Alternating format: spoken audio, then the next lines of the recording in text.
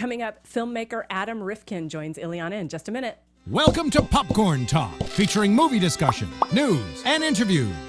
Popcorn Talk. We talk movies. And now, it's the I Blame Dennis Hopper podcast, starring Illeana Douglas. Eavesdrop with Illeana as she interviews Hollywood's most prominent players about filmmaking, acting, and what really happens on the set of your favorite flicks and TV shows. Hello, everyone. Welcome to the I Blame Dennis Hopper podcast. Happy New Year. Happy New Year. So great to see you. We had a couple weeks off. We did. It was I weird. hated it. I feel very out of my routine. I know. The holidays are meant for all the things you're going to do. I got one thing accomplished. Oh, there you go.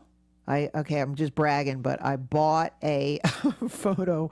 I bought a photo album, and I managed to do one page. I got it filled with nice. the 80s. So that was about it. All the rest of the books and the photos, I still have 18,000 to go. Boxes of photos, right?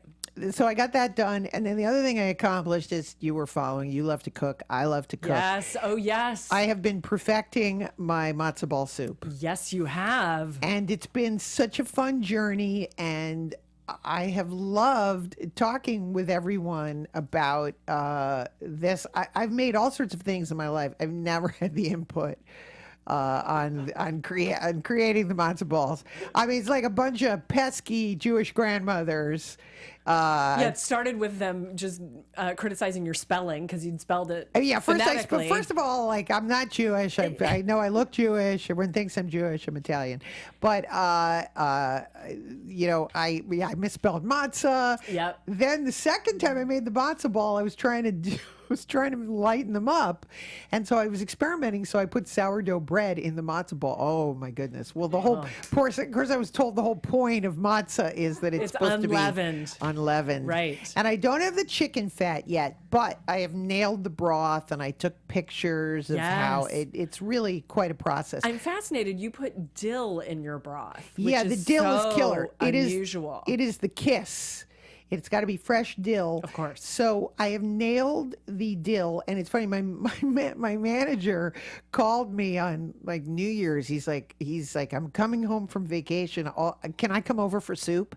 So everybody. I almost showed up on your doorstep for soup. So I have nailed the soup, and he says my broth is on point. Nice. And I've been working on my little secret ingredients. I do add spices and stuff for making the chicken, and it's all on my Facebook page. I have not nailed the balls yet. The first, what is that? Why is that funny? I don't know. No, I'm kidding. But the first attempt were dense, and I don't have the right bowls and balls.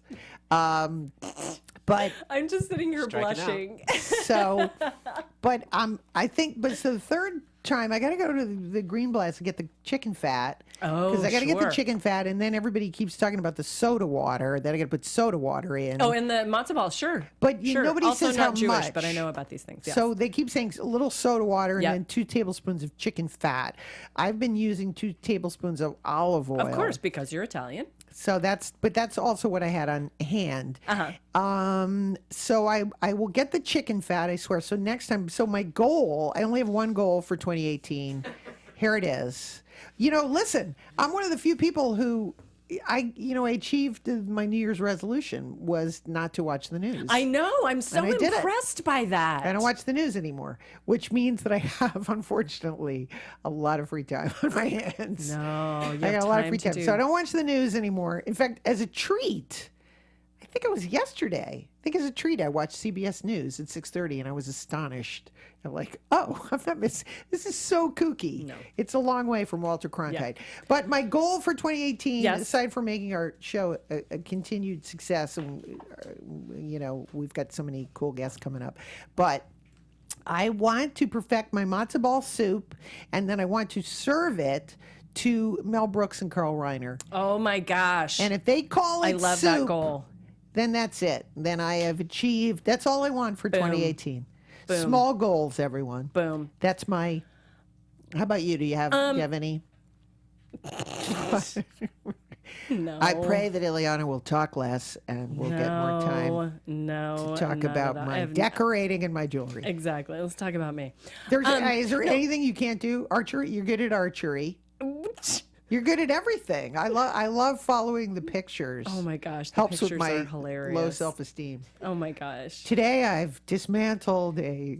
No, you always have. Like you talked about the plum jam, and because I'd given you plum jam a couple weeks ago. Amazing plum jam. And I said, oh, and I picked those plums too, which is a little over the top for what even for me. They're but delicious. It just happened to Listen, some people do a lot of things not very well, right? Right. So that's the thing about Tamara. You do a lot of things very, very well. That's what's so impressive. Thank you. Thank you. So I appreciate that. So a couple of things, because we're going live. We're live right now. So a couple of things. I do want to talk about the fact that we got put on the women film podcast, badass women film podcasts list. That's us. Which was amazing. I think we both put it on our Twitter feed. It happened like a week ago.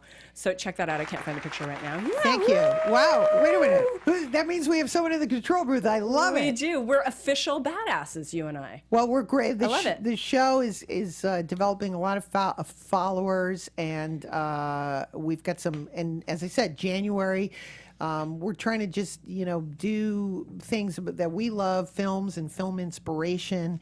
And we're going to be talking to a lot of writers this month. We've got, of course, Adam today. We have Mitch Glazer. Yes. We're hoping to have my friend Stephen Rogers, screenwriter of I, Tonya, up for a Golden Globe on Sunday. Just talking about writing and film inspiration. And I love talking about two writers because I think they're really interesting people. Yeah. Obviously articulate usually, and enjoy talking about what they do. So I love that we're focusing on writers. Speaking about the Golden Globes on Sunday. Okay, so you know that there's this movement. I know we just have a minute or two to do this. But so people are going to wear black in solidarity for the Me Too movement. What do you think about it? I mean, I think it's great. It's it's nice to have something that's symbolic and awareness. It's always you can kind of be cynical about it. Hopefully, it's more than just wearing a black dress. Right. I think that's the that's the thing. It's like what will they say in their speeches, and the door is open to people talking about it, but you don't want it to come off like, oh, there goes Hollywood with their causes, and it coming off as a show of something that is obviously a very serious subject. And for people that don't look good in black, I mean, that's really a tragedy. An even more serious I'm subject. kidding. Thank God I look. I mean, you could just hear the actresses going, and thank God I look killer in black. That's the good news. What if someone shows up in a dress that's not black? It's going to be like Jezebel. They'll be shunned. No, this is Hollywood. That's one no, possibility. Everyone the will other be wearing black.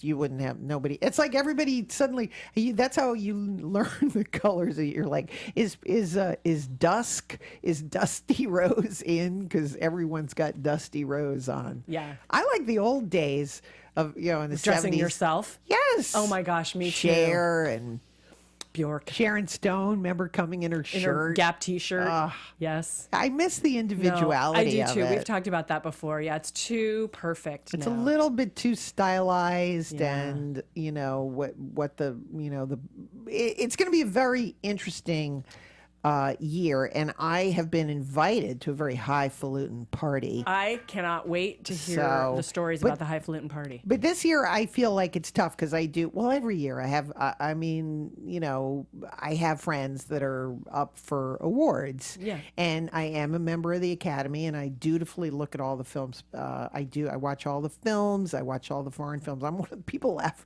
like, you actually go out and watch them. I'm like, yeah, of course. I try to go to the Q&As. And I listen to the films, and sometimes I don't like the film. I try not to be too critical, but I take my voting very, very seriously. I would hope you would. And I try, and you look for films that really, that haven't found a place. I mean, the one movie I keep promoting is Movie Stars Don't Die in Liverpool, Annette Bening. I mean, I'm like, I don't know what this poor woman has to do to win an award, because she's amazing in this film. I like Three Billboards quite a bit. As I said, I liked I, Tonya. I think that's a little bit under the radar. Yeah. It's a black comedy. I thought The Phantom Thread was fantastic. The Florida Project, very interesting. Call Me by Your Name, very interesting. So there's interesting movies that are out there, but it's very, very hard not to pull for my favorites. And anyone who says that there is not a pull for someone who over the years, right, it seems like it's their turn, that's a factor. Right. Of course. So, of course. Well, I can't wait to hear about what your party's going to be like. Let's bring in Adam now, though. I can't wait either. Hopefully I'll be able to get in. That's always my fear. But I was invited, I swear. Let's talk about Adam. Adam is who I just met recently. You shouldn't invite me to a party because I'll hit you up to be on my podcast. Adam is a writer, director, and a filmmaker who's made films like The Dark Backward, Giuseppe Makes a Movie, which is a documentary. I was watching that online. Of course, Detroit Rock City. He also wrote MouseHunt, Small Soldiers, and his newest project, which we're going to talk about, The Last Movie Star, starring his childhood hero, Burt Reynolds. Anyone who gets to work with their childhood hero is my kind of person. Welcome, Adam Rifkin. Thank you. Thank you, Adam. Thank you. Happy to be here. Now, truth be told, how did we meet? We met through our mutual friend Josh Olson. Yes. At Larry Karaszewski's house. We love Josh, and Josh was on the show too. And then as you were walking out, I said, would Adam ever do my show? That's all I go to parties for. Just to have a couple drinks and then hit people up. That's true. I was so flattered that you asked. Of course, I'm thrilled to be here. Now, we have to talk about the crazy thing we have in common. The television show Action? Yes, we must discuss that. So let's, because to see, this was probably my favorite joke. I think one of my favorite jokes of movies, of Action, which is the premise is Jay Moore is a producer and he purchases the wrong script. He wants to buy your script. So as it went, now I'll just sort of paint it for you from my point of view. Yes. I did not know anybody involved with the show at all, right? So awesome. I heard someone said to me, there's this new show on Fox about Hollywood, and there's a couple characters that sound suspiciously like you in the show. So the way it goes, Jay Moore plays like a Joel Silver type producer, as you know. Yes. And he confuses Adam Rifkin and Alan Rifkin, both writers, but the one he hires turns out to be the sitcom writer, not the movie writer. Yes. So the joke is I hired the wrong Jew. Yes. And I was, of course, flattered that... Well, first of all, I didn't want to be too presumptuous in assuming that it was a joke only of me. Yeah. But I thought that anyway. I thought it was a joke about me. But also there's the famous director Alan Rifkin, who directed The Ghost and Mr. Chicken, among many other episodes of classic television shows. But anyway, so when the show aired, the pilot episode aired, and I watched it, I found out who the showrunner was, Chris Thompson, I think. Chris Thompson, now deceased. Yeah, and I called him up after the show had aired, and the assistant answered, "Hello, Chris Thompson's office." I said, "This is Adam Rifkin calling for Chris Thompson." And she went, "Uh-oh." And she said, "Hold on." Never met Chris Thompson. So about a minute later, Chris Thompson comes on the line. I still have never met him. I mean, he died before I ever got a chance to meet him. I mean, he came on the phone laughing heartily. Yeah. He said, "I've been waiting for this call for 6 months." Oh, I said, "First of all, thank you for acknowledging me in your TV show." I said, "I think you and me and my mom got the joke. Why did you do it?" He said, "I just thought it was funny at 3 a.m. when I was writing it." And that was it. That's my side of the story. Well, if the show had continued, they probably would have. I mean, obviously we were 20 years ahead of our time, but it was supposed to be like a post. I think a Larry Sanders, right, but darker. Yeah. I think that's what they were going for, and we should have been on HBO, but we weren't. He told me that if it goes a second season, he would like me to direct some episodes. I said I'd be happy to, and it didn't go a second season, as you know. Unfortunately, yeah. I know. It was a great show. Oh my God, I know. It was completely crazy with all the Buddy Hackett.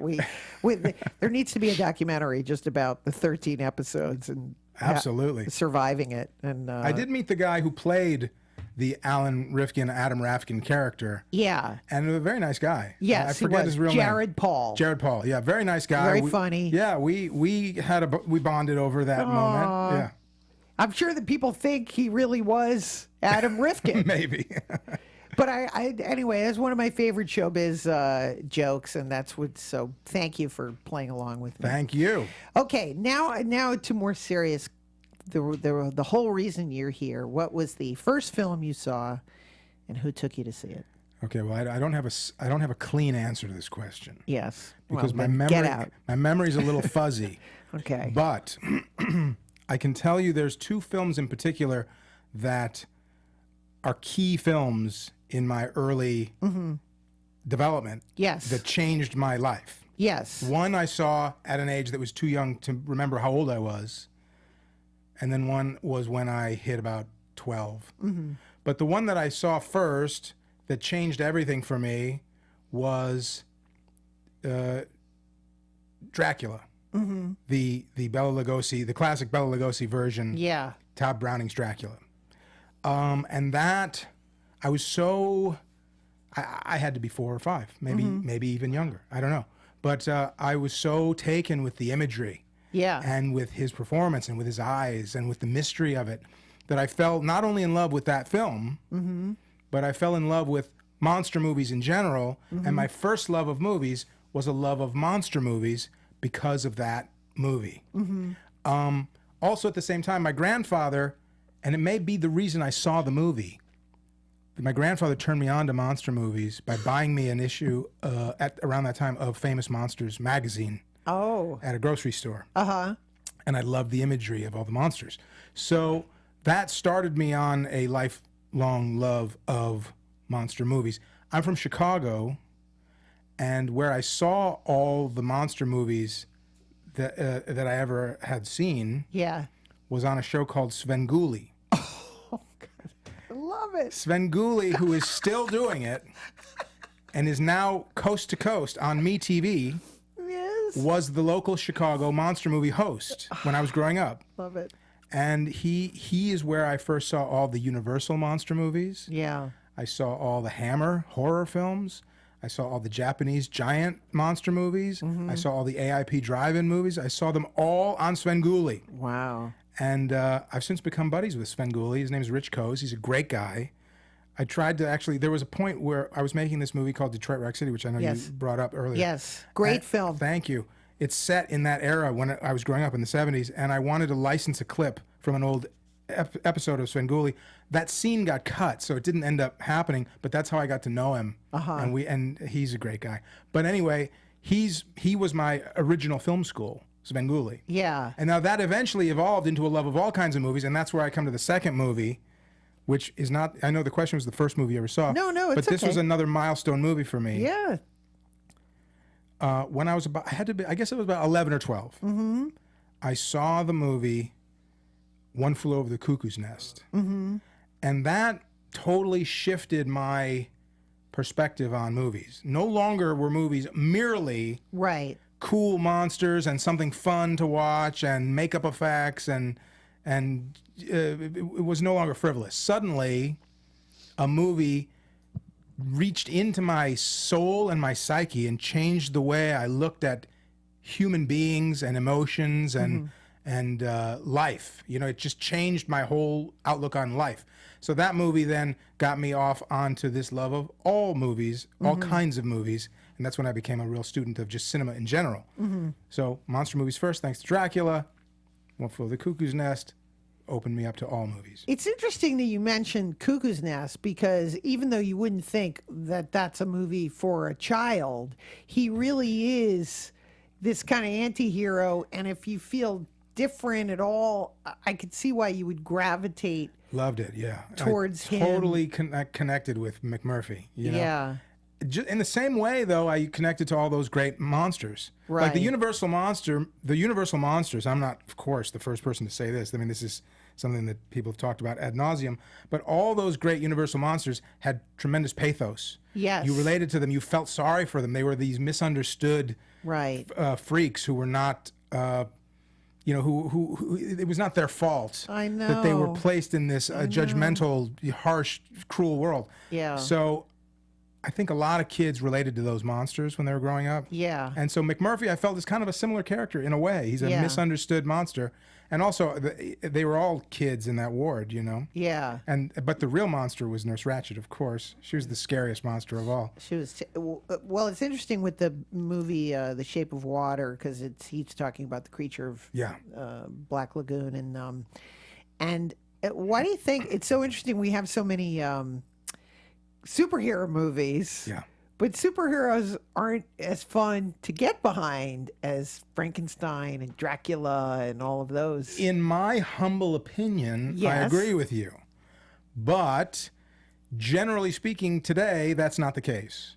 Generally speaking, it seems as though the audiences at large connect more to the superheroes than the misunderstood monsters. I love monsters personally. Me too. But listen, I love all kinds of movies. And I love good comic book movies, and I don't like bad comic book movies, and I love good monster movies, and I don't love bad monster movies. So I get it. There's different tastes for different folks, but I would love to see monster movies make a comeback, but we'll see. I loved The Shape of Water. I thought The Shape of Water absolutely, and it's no surprise. I mean, Guillermo's such a talented guy, such a sweet guy, and he's such a, you can see that he loves the monster movies, which we all know. Yes. But he also has such a great heart, and he put that into the movie, and it's so poetic. It's such a beautiful Beauty and the Beast kind of movie. I thought it was great. Well, I think it's that thing that we now you probably didn't realize as a kid, but you see it as a grown-up looking at it, that there's a sense of sadness in Frankenstein, without question. All these people, all of them have that. They're all these misunderstood outcasts that, as an audience member, you can, if you in any way, which I like to think most people can relate to moments of being an outcast. Maybe some people aren't an outcast all the time, but sometimes it's easy to paint things in black and white in a movie. Right. Like the girls from Carrie, the bad girls from Carrie, you can probably in the universe of the movie Carrie, they don't feel isolated and lonely because that's Carrie's job in that movie. But in life, most people have those moments, those insecure moments, and so these misunderstood monsters are a great connecting point for people to relate to. Yeah. We saw them on TV, like you said. It was Saturday afternoons were relegated to Godzilla. And, all of those movies. So when you were growing up, I mean, what's interesting about you is you write, you direct, and you act. So did you have... Well, I don't act... And you wrote a book. I don't act well. I'm not an actor. But did you... What was when you were a kid, did you think, I want to write stories, or... I wanted to make movies. That's all I wanted to do It's like me too. Yeah. I'm like, I don't know what, I just want in. Yeah. I don't know how I'm going to get in. I felt the same way. I didn't know when I first... I want to be in show business. Yeah. When I first wanted to make movies, I didn't know what a director was. I didn't know what a producer was. I didn't necessarily even know movies were written before you shoot them. Mm-hmm. I just knew I love movies. I want to make them. So I started making movies with my dad's home movie camera at a very young age, 6 or 7. And I would use my sister in them or my friends. I love it. And I would make them all the time. And I just did it because I loved it. Okay, now I got to stop you because I'm fascinated by this one question. Yeah. Because this is like what all directors do. Yeah. What is the drive to force people to be in your movie and make them... and have that confidence and force them to act out a story that you have written? And they do it. That's a great question. But where does that come from? It must come from some sort of arrogance. It must come from some bizarre, there is a need. ill-earned confidence that people have who just want to make movies and tell stories, and you just, by sheer will and force of personality. You say, okay, you're going to be in this movie. You're going to stand there. You're going to wear this. You're going to say this. And they say, I feel like an idiot. Just do it. It looks good. Just do it. Yeah. And that's how you just sort of force it into happening, which is what I would do with my sister and my friends. And they do it. They do it. And also, too, there's the lure, even if it's a Super 8 camera on the back porch, it's still making movies. So there's still a sexy sizzle to it, you know? Yeah. Well, you know, it's exciting. It's like you grew up and, I remember when I met Martin Scorsese, that's all he did. He made his mom beat his movies. Of course. There's no difference. No difference. It was like he would draw little pictures and put, his name above the title. And, it's true. That's how I did it. That's how everybody does it. And, it's interesting. I had an epiphany when I was 16. Mm-hmm. In Chicago, they made movies when I was growing up in Chicago. Some of the movies that they were making that were like huge local events, like they shot the Blues Brothers in Chicago, which was very exciting. Wow. Yeah. But they shot 16 Candles in Chicago. Mm-hmm. Also Risky Business and stuff like that. But 16 Candles, I was in as an extra because I went to an arts high school, and everybody from the school got to be extras in the movie if they wanted to be. And I wanted to watch movies get made. So I wanted to go and see a movie being shot. So I signed up to be an extra. Footnote, they said to everybody, show up dressed either like a tough kid or a nerd. And I dressed up in my toughest tough kid outfit. And John Hughes personally picked me to be head nerd. So I misjudged that slightly. But anyway, aside from that, when I was done working as an extra, I went up to John Hughes, and again, ill-earned confidence, and I said to him, I'm going to be a director, just like you, and I'm here watching you and learning from you just by watching. Can I come back and shadow you and learn more just by watching? He said, sure, come back whenever you want. So I came back every day and just hung around and watched, which was super nice of him, and I learned so much. And I had this epiphany because all the movies that I was making with my friends with the little home movie camera, I figured out as I was watching a real movie being made, the principles are exactly the same. The cameras are bigger, there's more help, but they're the same principles. So that was very educational. Wow. God, I love that. What a great story. And what was do you remember the first script that you had done? How did you get from Chicago to California? Well, I made, so as I was saying, I went to high school at the Arts High School in Chicago. Right. All my art projects were films. I used filmmaking as my sort of major. I created that for myself. Now they have a fantastic film department there, which is great. So I came out here having sort of figured out pretty early on that there's no magic to getting a movie made. You just need the money to make it with. I don't remember how I figured that out, but I do remember that suddenly hit me that if I had the money to make a movie, I could make a movie tomorrow. So, what was the question? Well, no, you got to California. What I'm going to lead up to is this idea that you were 21 years old and you sold your Planet of the Apes script. Oh, I'll tell you how what happened before that is I made an independent movie before that. That was produced by our mutual friend Brad Wyman. Oh. So I was 20, and I had written. So the first script I ever wrote was a script called The Dark Backward, which I ultimately got made several years later. Yes. But that was the first script I wrote. I did not know how to pursue getting the money to make a movie. I just knew you needed the money to make a movie. So I foolishly, and I mean, there was no internet, so I just went through the yellow pages and looked for whoever had the biggest ads, and I figured they had the most money, so I contacted them to see if they would fund my movies, like dentists and lawyers, and that's not how it works, obviously. And a lawyer took... I'm so curious. Like, what would you say when you got them on the phone? I'd say... Hi, I'm Adam Rifkin. I'm Adam Rifkin. I'm a filmmaker. I said I am a filmmaker. I didn't say I want to be a filmmaker. So I said I'm a filmmaker, and I'm mounting my first film, and I'm hoping that you might want to invest in the film.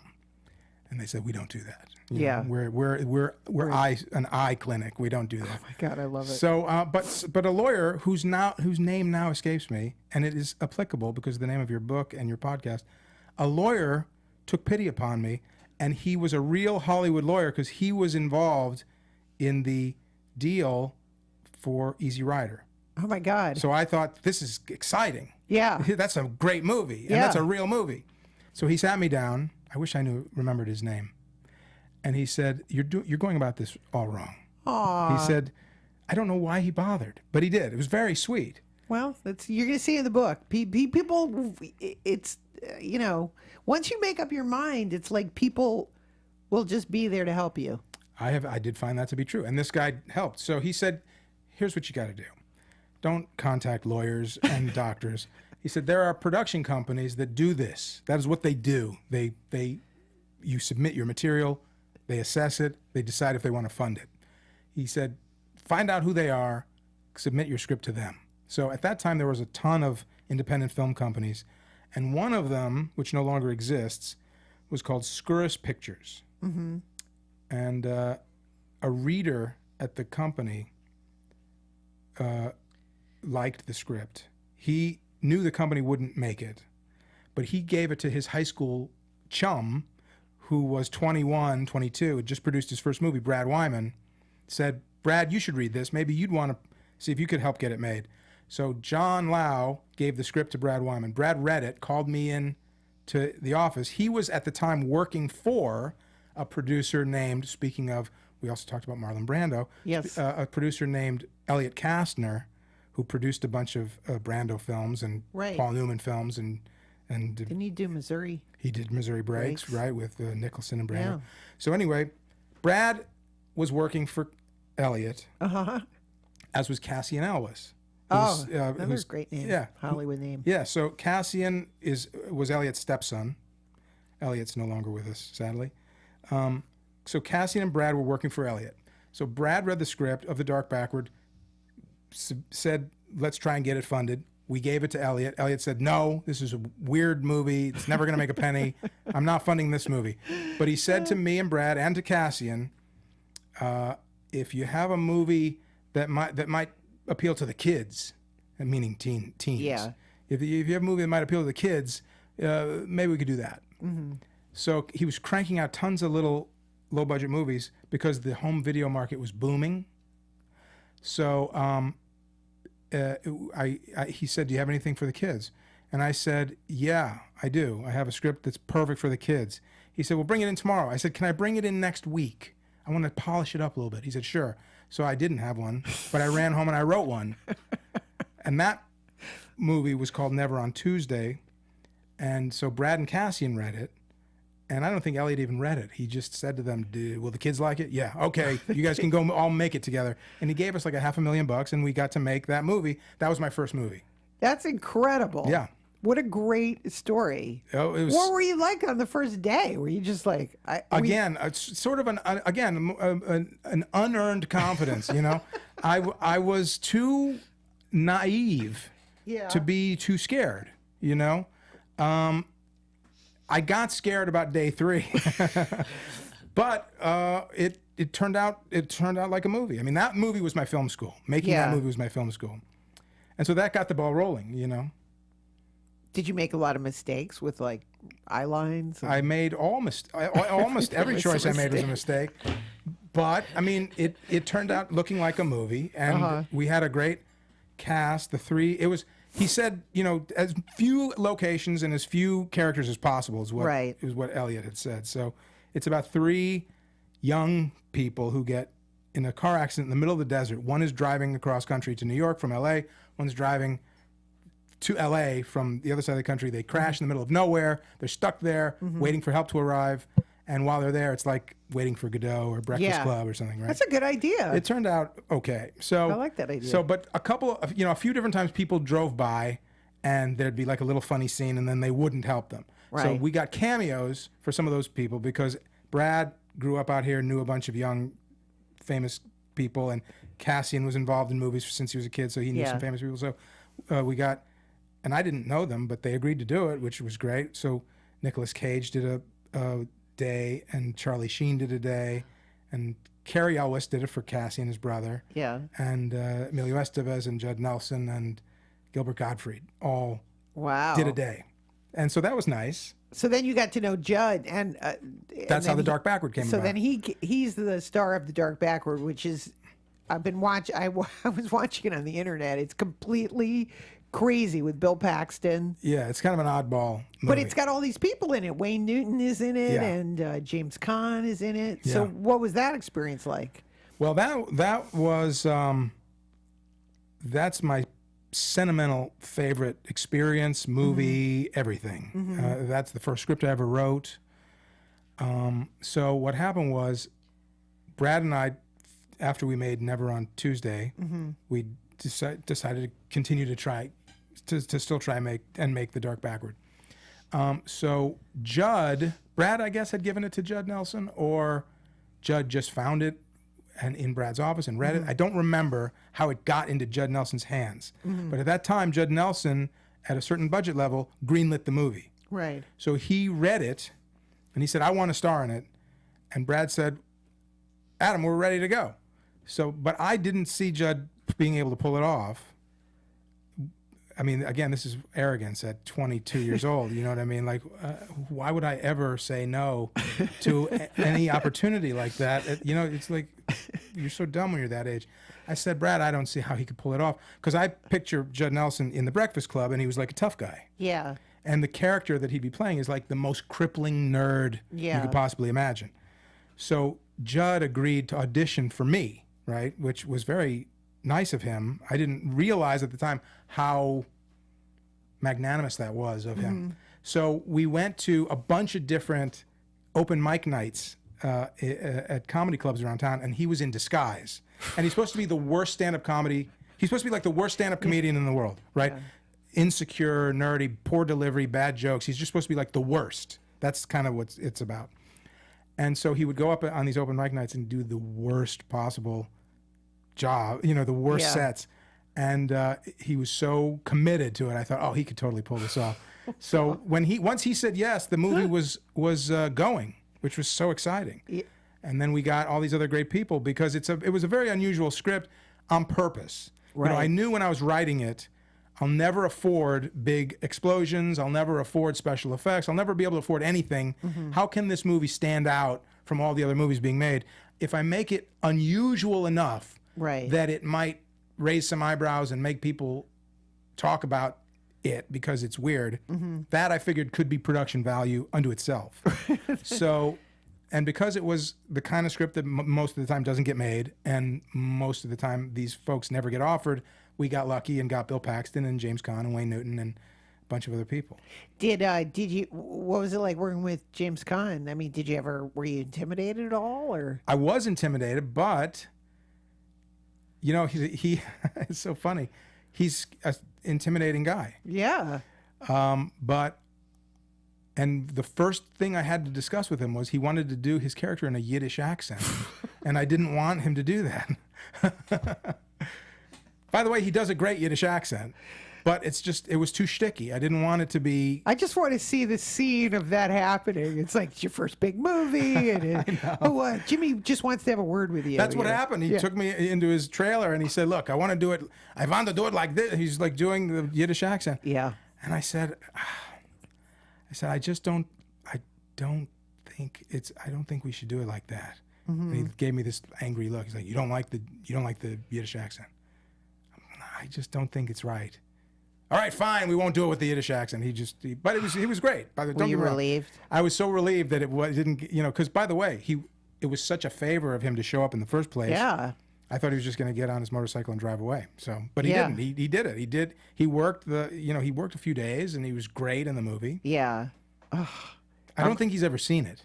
Really? Yeah, I don't think he's ever seen it. Well, we should screen for it. And then what about Wayne Newton? Were you a Wayne Newton fan? He's the best. Well, we offered Wayne Newton a cameo. Right. Thinking, God, we'd be lucky to get Wayne Newton in a cameo. And he read the script and said, I want a bigger part. And so he said, I want to play the talent agent, which we never in a million years thought he would agree to do. Yeah. So that was a dream.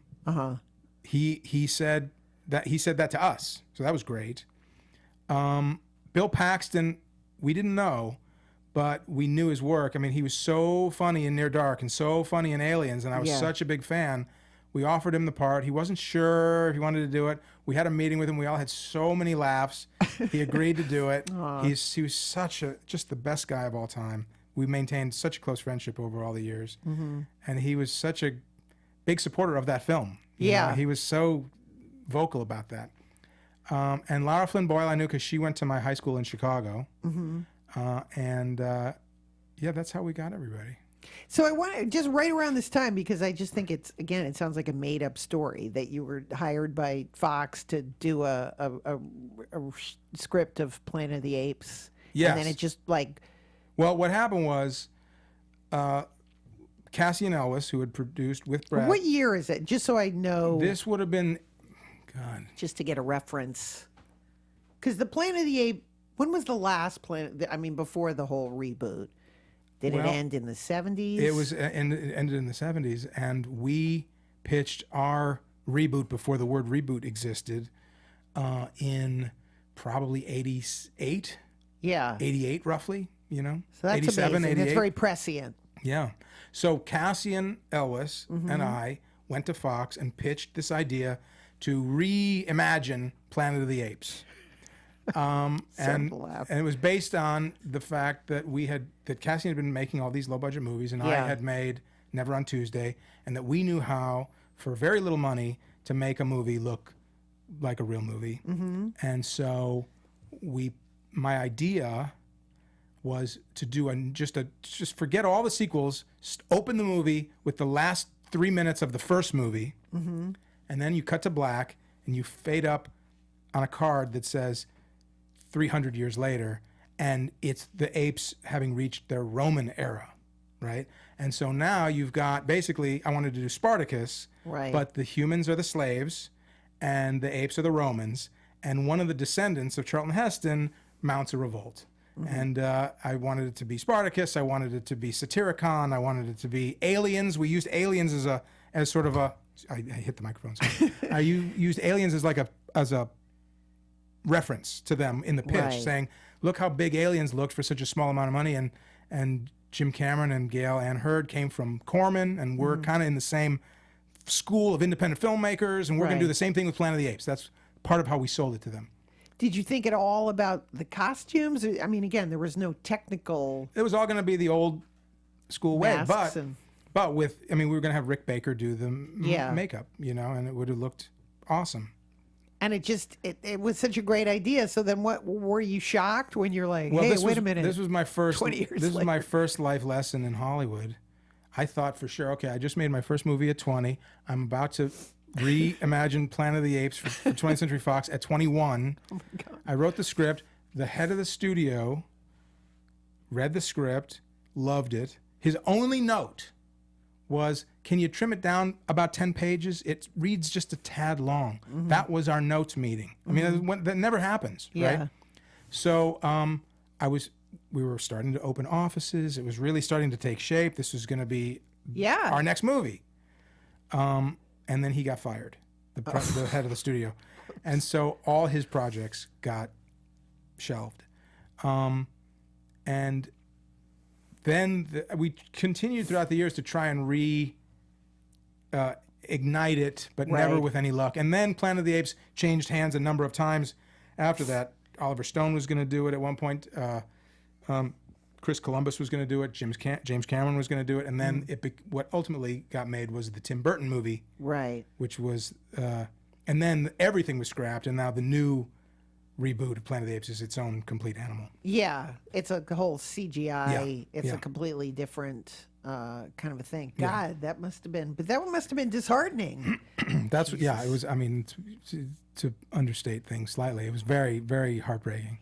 It's terrible. Well, do you think everybody in show business has those things where you're like, I pitched that show and now it's on television? I guarantee you everybody does. The difference is... But that's huge. That's a big one. You never want to be, right? I mean, I'd never have done this with that project. I mean, they own the property. But you can't be the guy that says, hey, I had that idea. They stole my idea. And then be the guy who sues them because your idea was stolen, even though you've never met them and they never read your script. Right. Ideas are out there in the universe. I mean, people have similar ideas all the time. Yes. You know, so that just is how it works. Plus, that was a very lucrative franchise for them. I mean, it was going to get reinvented at some point by somebody. Yeah. You know?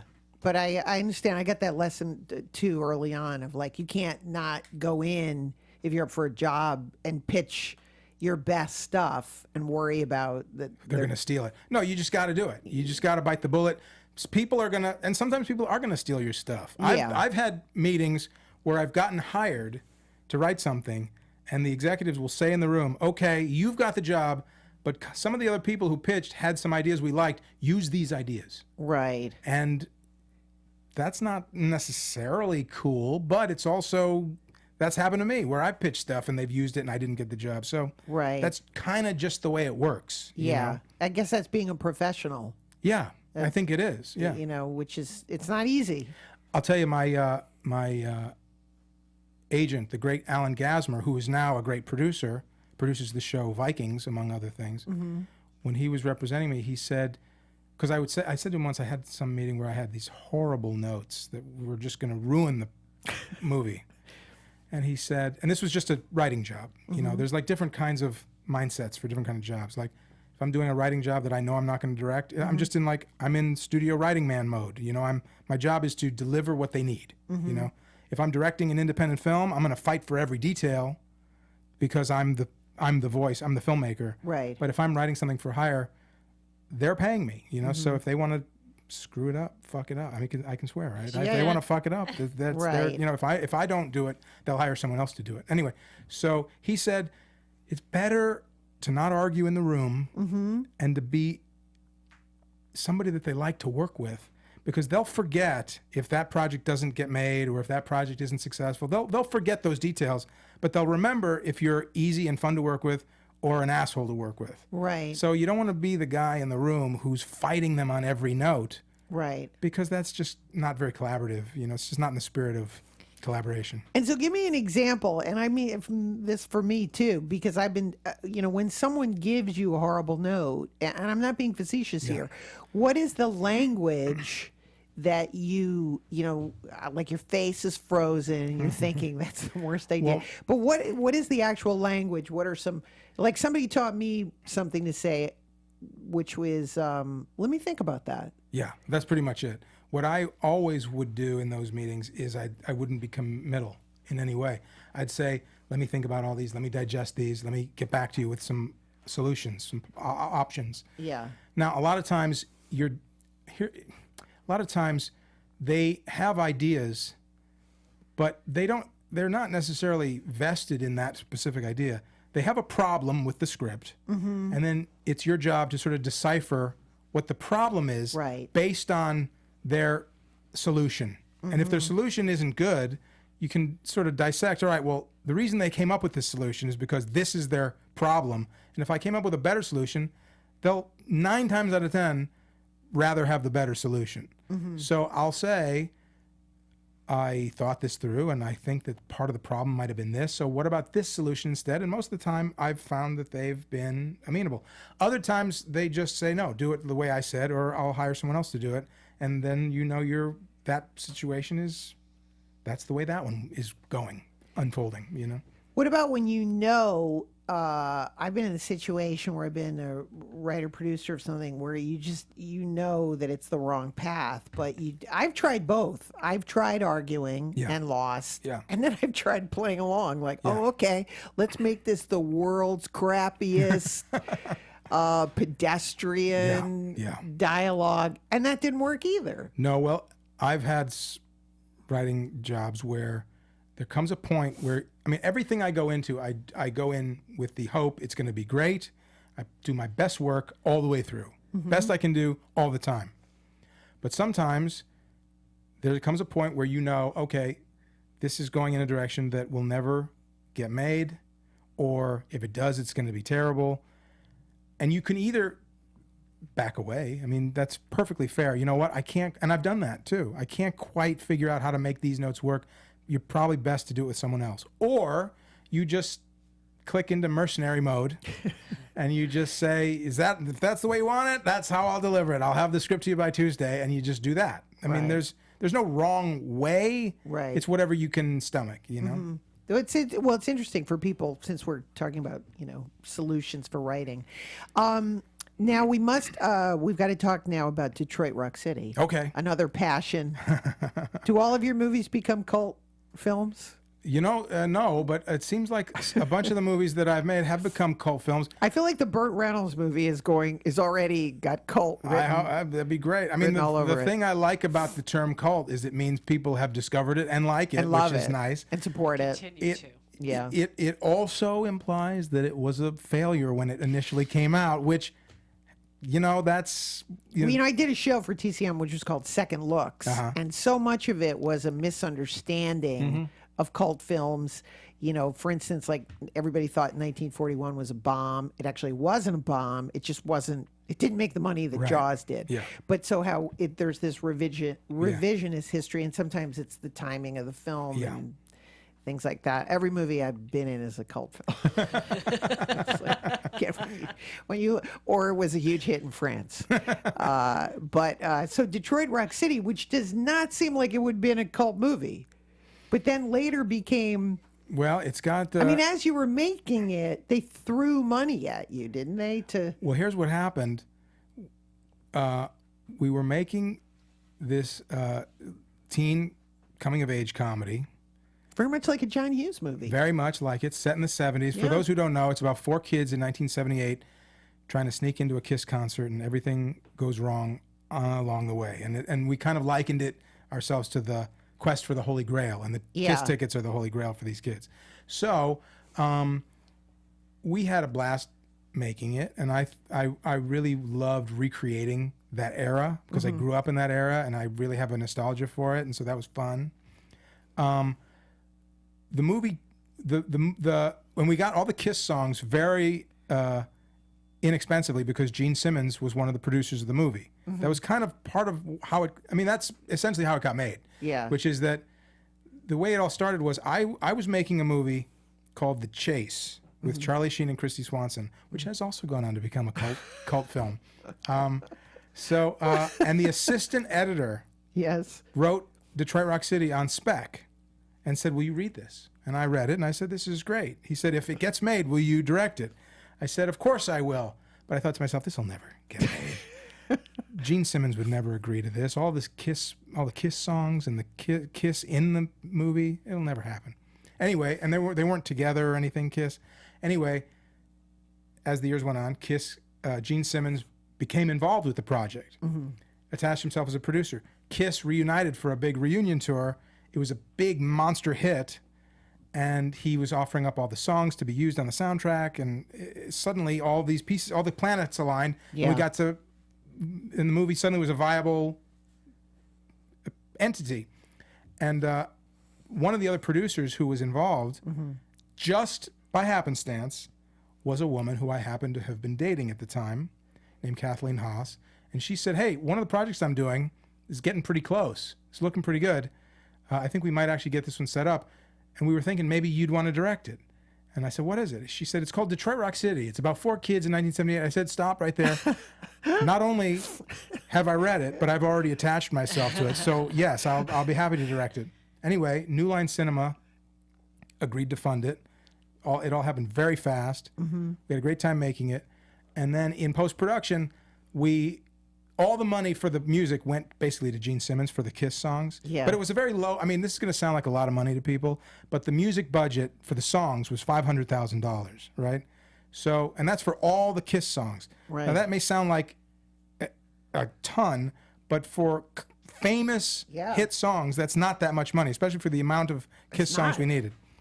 So, but in the rough cut, we put every other song from every other act from the era that we thought would be cool in the movie. We just put it all in just because we thought, let's put our wish list in for the test screening, and then we'll take it all out when we know we can't afford it, and we'll figure out what to do. So the test screening went so well, Bob Shea said to then head of music at New Line, Toby Emmerich, pay for all the songs. So the music budget went from $500,000 to $2.5 million in one phone call. Wow. So that was pretty cool. Yeah. But then the movie bombed. But then it became a cult classic. So. But, and how, if it's not too painful for you, how quickly did you know that it wasn't doing well? Do you just know after the first weekend? You can't figure it out? You know the first Friday afternoon of the first weekend. They have a formula. How do you go from like an amazing test screening? That must be heartbreaking. That's well, you know, you mentioned earlier, you just have to be a professional, you know? I mean, that's just Hollywood. We all had high hopes that it was going to do great. And it just, by the way, we had a fantastic premiere. I mean, the studio paid big bucks for the premiere, which is always a good sign that they're confident in the movie. Yes. Kiss performed at the premiere, full Kiss concert with fire effects. Cheap Trick performed at the Kiss at the premiere. The premiere was a live event on VH1. They did a VH1 special, the Detroit Rock City premiere. We'll be back. What year is this again? This is 98. I guess 98 roughly. Okay. Maybe 99. All right. I don't remember if just trying to figure out. I don't remember if we made it in 98 and it came out in 99. Yeah. Maybe. Anyway, so but then it opened and it just didn't perform. But we joked at the time that, well, it'd be great if it became a cult classic, wouldn't it? And then it kind of did. So that's nice. Here's what happened. Aside from a million other things that happened. So because it's always a million things. But at the time it was coming out, the philosophy was that Kiss were such icons, and Gene Simmons' face is such an iconic face, that they were going to sell it the easy way, which was going to be the Kiss movie, right? And we all felt, you know, the Kiss fans already are going to see it. Right. They already know it's there. We think you might want to sell it to everybody else but Kiss fans, make it not seem like the Kiss movie at all.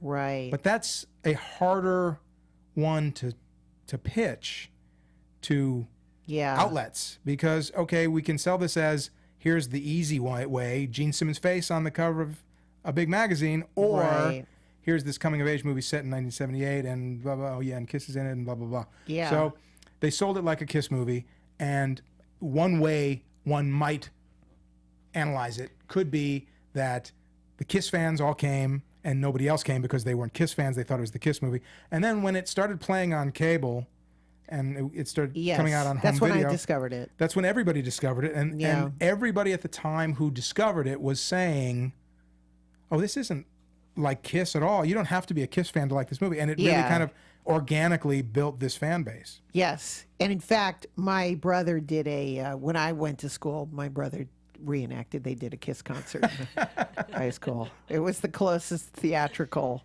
And I remember it was like a big deal. It was one of those insane moments where you're like, they're not Kiss. And people are, you know, like in a rural high school. People are like, they were, you know, we were so into it. They're miming, you know. That's so funny. It's that was the excitement of Kiss.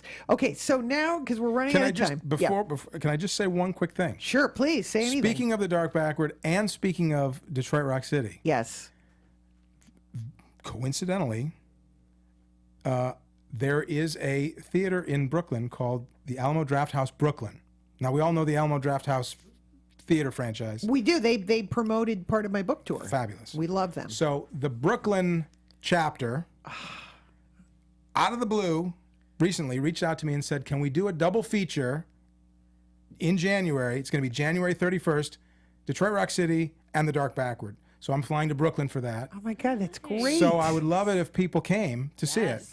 We're live. People are going to come. Say the date one more time. January 31st, Detroit Rock City is first, and Dark Backward is second. I'll be there for Q&As for both films, and you can buy tickets on the Alamo Drafthouse website. It's the Brooklyn Alamo Drafthouse. Were you? Did you like the Disaster Artist? Did you follow The Room and all of that? I loved it. That kind of. It was fabulous, hilarious. You know, that crazy love of making movies. Loved it. Okay, I want to get into some of your current. I'm running out of time. MouseHunt. Yes. I was almost in MouseHunt. No kidding. You would have been great. They couldn't make a deal with me. Damn. Well. That's your middle name.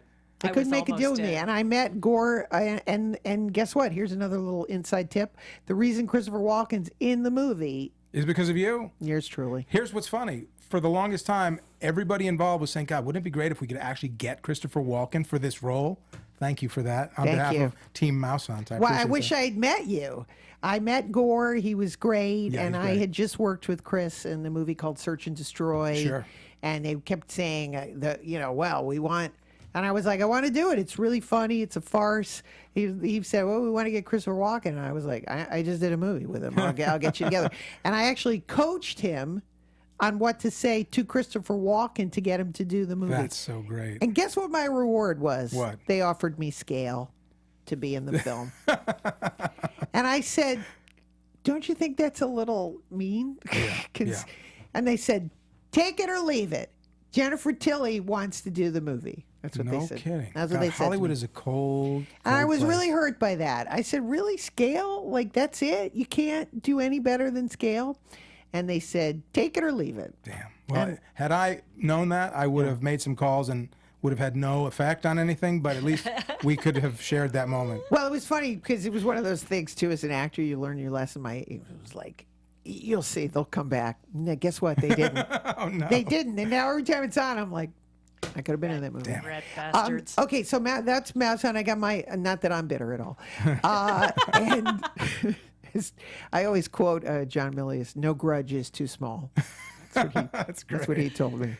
So tell me, we got to get to Giuseppe Makes a Movie. What the heck is that? I tried watching, they're a little rough, but it falls into the disaster artist genre a little bit. Giuseppe Andrews is to call him a do-it-yourself filmmaker, a maverick filmmaker, that implies something that Giuseppe doesn't necessarily fit into. He lives in a trailer park. He has a prosumer camcorder. He's made hundreds of feature films starring all the homeless people that live around the trailer park that he lives in, the residents of the trailer park he lives in, the craziest movies you've ever seen. And I thought to myself, and the stories he would tell about making these movies was so not only funny, but I always felt kind of touching because he would take these outcasts, I mean, real homeless people, addicts, I mean, people that you would walk on the other side of the street, you'd avoid. And he would say, hey, you want to be in a movie? And he would use them in all these movies. And they became this little filmmaking family. And he would treat them with such dignity and such respect. And they became these creative collaborators with him on these crazy little movies. And these movies meant so much to these people. And he'd pay them in beer, or drugs or whatever. Hey, that's my routine. No. I wanted to make a movie about that little unit that he created with these people, and that's what the documentary is. It's called Giuseppe Makes a Movie. If I may be so bold, it has 100% on Rotten Tomatoes. Oh. I'll say prior to that, I was the first person to say disparaging things about Rotten Tomatoes. It's killing the industry. But then when I got 100% on Rotten Tomatoes, I thought, Rotten Tomatoes isn't that bad. It is. It's very bad. And I never read a review of a film before I see it. I like to see the film and then I do the reviews. And then tell us about the last movie star with Burt Reynolds. So this is my current film. Yes. We just finished it. It premiered this year. It's now 2018. Yes. So it premiered in a few months back at the 2017 Tribeca Film Festival. Mm-hmm. And it comes out this year, 2018. It is about an old man who used to be a huge movie star, but now finds himself looking in the rearview mirror at his glory days, which are long behind him. And he's invited out, and he leads kind of a solitary life. He's definitely not famous anymore. He doesn't have any of the power he had over women. He's invisible. He's invited unexpectedly, out of the blue, to receive a Lifetime Achievement Award from a big film festival in Nashville, Tennessee. And his best friend, played by Chevy Chase, encourages him to go. Says, this is exactly what you need. This is going to turn your career around. I've heard of this film festival. It's a prestigious film festival. You should absolutely go. So he gets very excited. He goes, thinking that this is going to be this big event. It's going to, this big honor. And it turns out it's this little tiny film festival that's a bunch of film nerds that show movies in the back room of a bar. And they're so thrilled and shocked that this idol of theirs showed up, because nobody else ever has. And he's humiliated that he actually agreed to come. And it becomes this sort of weekend soul-searching journey where this event kind of kickstarts this. He goes back home to Knoxville, where he sort of visits these landmarks of his past. And what started out as a very embarrassing weekend, the events force him to find some sort of redemption. I mean, I don't want to sound too buzz-termy, but right. But anyway, so I wrote it specifically for Burt Reynolds. Burt Reynolds, my childhood hero. Loved Burt Reynolds growing up. And I always thought Burt Reynolds was a great actor, but I never felt he got his due as a great actor. His contemporaries are all seen as great actors, but he was always seen as just a movie star. And those are two different things, as you know. But if you look at movies like Deliverance and The Longest Yard, he's a great actor. And so I wanted to write him, and I also thought to myself, if somebody doesn't write him a fantastic role at this point in his career, people may not remember how great he is until it's too late, potentially, So I decided I'm just going to roll the dice.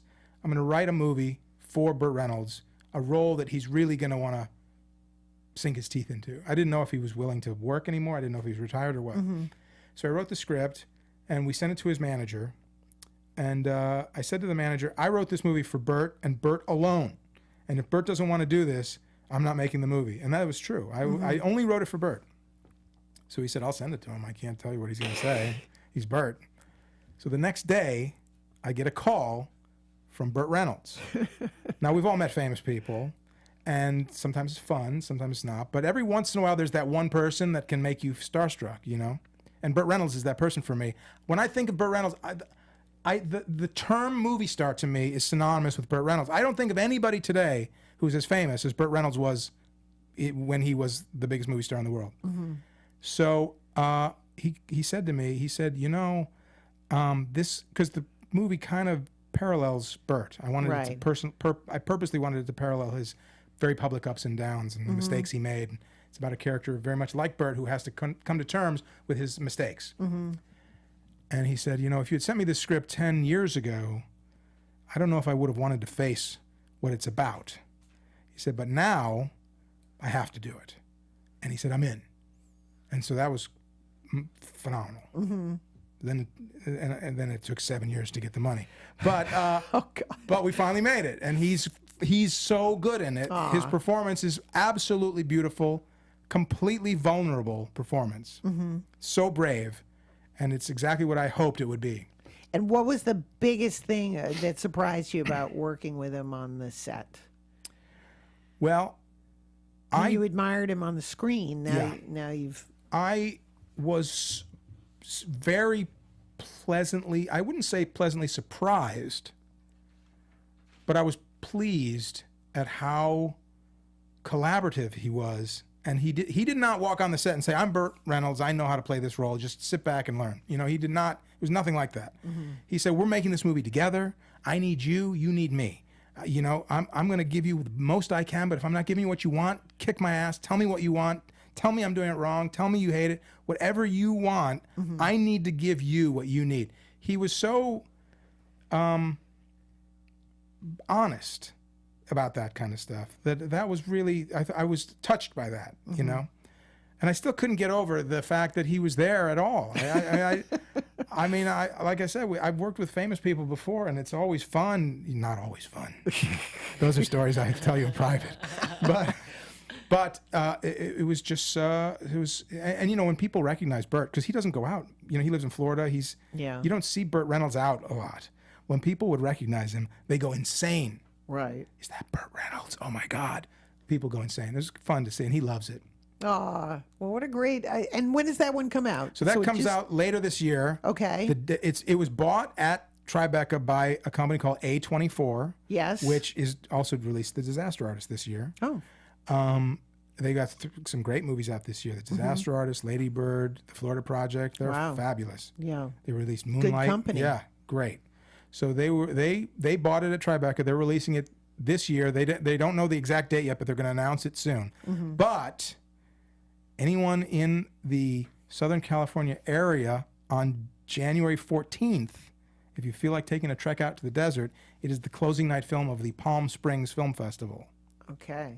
So, So I don't know how many people within the sound of my voice are near Palm Springs, but if you are, January 14th, Palm Springs Film Festival, I'll be there, closing night film. Please come say hi. Tickets are available online for that. Well, that's exciting. I can't wait to look for that. God, there's so many. Well, you have to come back, and we've barely scratched the surface. I would love it. Have I forgotten anything? Have I missed? I think you hit all the highlights. I would have to come back and hit the lowlights. I'd want to ask more questions about Burt Reynolds, or did you have what was your low point? You have any I'm always any conflict with Burt? No, I don't mean conflict like. Well, I'll tell you. You ever this. shoot yourself in a corner or? No, I'll tell you this. Burt is the first person to tell you. I mean, he walks with a cane because he needs it. I mean, he played football. He was a stuntman, and all those broken bones and all those injuries have caught up with him. Right. And so he's in a lot of physical pain. And he'll never tell you he's in pain, but you can see he's in pain. I see. And so I just felt bad and he also had a public battle with pain pills. So he can't take pain medication, you know? So seeing him in pain hurt me. It hurt me to see, you know? But he never lets you know that he's in pain. But, you know, I have the earphones on and I hear him between takes. And so, you know, and we talked about it, you know, and he said he's tough, you know, he can take it. Right. But it just makes me feel bad when I see him in pain. But, you know, I said, we talked about it. He used it for the role. Right.